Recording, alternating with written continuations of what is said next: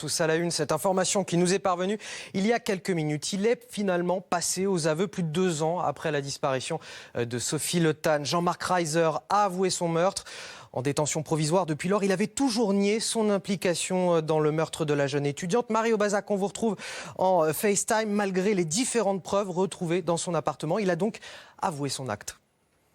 Oui, effectivement, vous le disiez, depuis plus de 3 ans maintenant, Jean-Marc Reiser, il nie toute implication dans le meurtre de Sophie Le Tan. Il avait simplement jusqu'ici reconnu avoir croisé la jeune femme, cette étudiante de 20 ans, le jour de sa disparition. Et Jean-Marc Reiser, il a en fait été entendu ce matin par le juge d'instruction.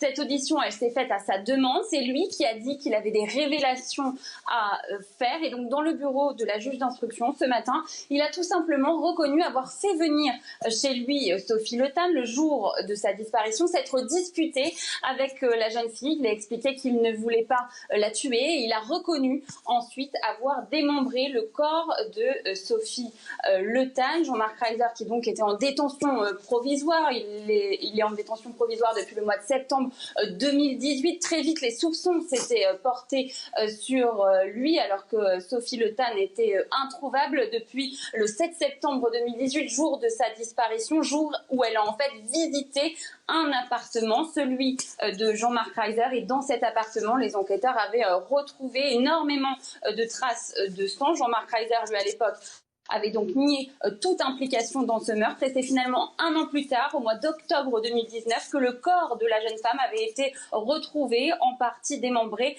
dans une forêt du Bas-Rhin. Et donc, depuis 3 ans, la famille de Sophie Le Tan qui attendait évidemment les aveux de Jean-Marc Reiser qui sont donc arrivés ce matin après 3 ans de dénégation.